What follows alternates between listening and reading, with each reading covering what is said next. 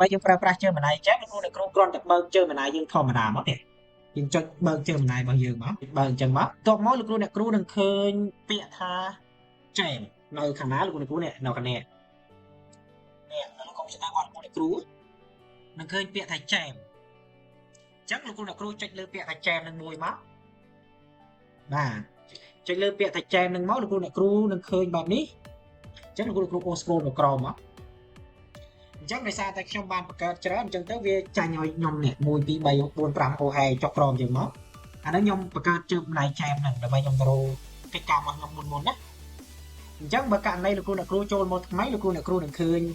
នេះអាប់ដេតអញ្ចឹងលោកគ្រូសុំចុចឲ្យលើនេះលោកគ្រូអូមកក្រោមមកយកពាក្យថា new jam នេះកន្លែងនេះលោកគ្រូនេះកន្លែងនេះ new jam ណាបាទអញ្ចឹងចុចលើពាក្យថា new jam ហ្នឹងមកនេះលោកគ្រូនឹងឃើញតម្រងបែបនេះចឹងទម្រង់បែបនេះគឺវាមិនខុសគ្នាពី Gemini ទូទៅទេគ្រាន់តែកន្លែងនេះគឺយើងត្រូវការដាក់ឈ្មោះកិច្ចការរបស់យើង description ហ្នឹងមិនបាច់ខ្វល់ទេលោកគ្រូសរសេរ instruction កន្លែងនេះគឺសំដៅដល់ prompt ហ្នឹងហើយលោកគ្រូអាហ្នឹង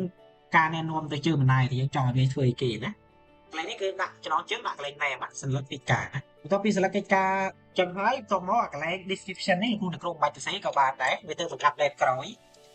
លោកគ្រូសរសេរតែកន្លែង instruction មកណាអញ្ចឹងកន្លែង instruction នេះគឺប្រៀបបានដូចជា prompt អញ្ចឹងលោកគ្រូសរសេរ prompt បែបណាយកមក copy មកដាក់នៅនេះមកបានហើយណាបាទអញ្ចឹងខ្ញុំសូមអាចបើក prompt ដែលខ្ញុំសរសេរស្រាប់អញ្ចឹងនេះ prompt របស់ខ្ញុំសរសេរអញ្ចឹងលោកគ្រូសរសេរឲ្យវិញឡាយអញ្ចឹងមកប្រាប់វាដែលត្រូវធ្វើមកខ្ញុំសរសេរហើយខ្ញុំ copy មកដាក់តណា copy មកដាក់កន្លែងនេះអញ្ចឹងខ្ញុំ copy ដាក់នៅក្នុងនេះឲ្យនៅក្នុងឯកសារឲ្យ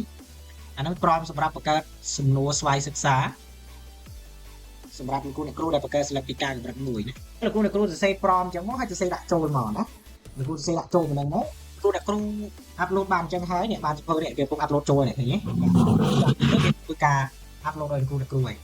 ចុះដល់ពេលអាប់ឡូតពេញហ្នឹងឃើញលោកគ្រូដល់ពេលអាប់ឡូតពេញហ្នឹងឃើញវាបានមកចឹងហើយចឹងណាហើយធ្វើម៉េចលោកគ្រូធ្វើម៉េចចឹងដល់ពេលលោកគ្រូអាប់ឡូតបានពេញហើយលោកគ្រូគ្រាន់តែចុចកន្លែងនេះមកនេះកន្លែង save នេះមកបាទដល់ពេលចុចមកចឹងវានឹងចាប់ដើមឲ្យលោកគ្រូនេះហើយនេះអញ្ចឹងវានឹងចាញ់ពាក្យថា start chart ណា start chart អញ្ចឹងចុចមកចាំតិចទៅវានឹងដំណើរការយើងណានេះឃើញទេបាទអញ្ចឹងយើងទៅបើកមើលសិភៅពុំយើងទាំងអស់គ្នាមកលោកគ្រូចង់បង្កើតសំណួរទី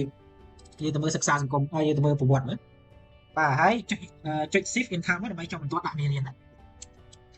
មេរៀនទី1បាទទីចិនបុរាណមកហើយបើលោកគ្រូចង់ copy អាឡឹកផនពឹងទុកនឹងទៅឲ្យវាក៏បានដែរតែមិនបាច់ក៏បានណាអញ្ចឹងបន្ទាប់មកយើងចុចនេះចុចកន្លែងនេះមកនេះចុចកន្លែងនេះមកបាទចុចហើយចាំតិចទៅវានឹងបង្កើតសំណួរយើងណាចាំតិចទៅលោកគ្រូដោយសារវាកំពុងតែវិភាគណានេះ analyze ចាប់តាម analyze ទៅពីបានសំណួរហើយគឺលោកគ្រូអាច copy យកទៅប្រើដាក់នៅលើ Word បានហើយទេបើយកទៅកាត់ Google Form ម្ដងអត់បានទេណា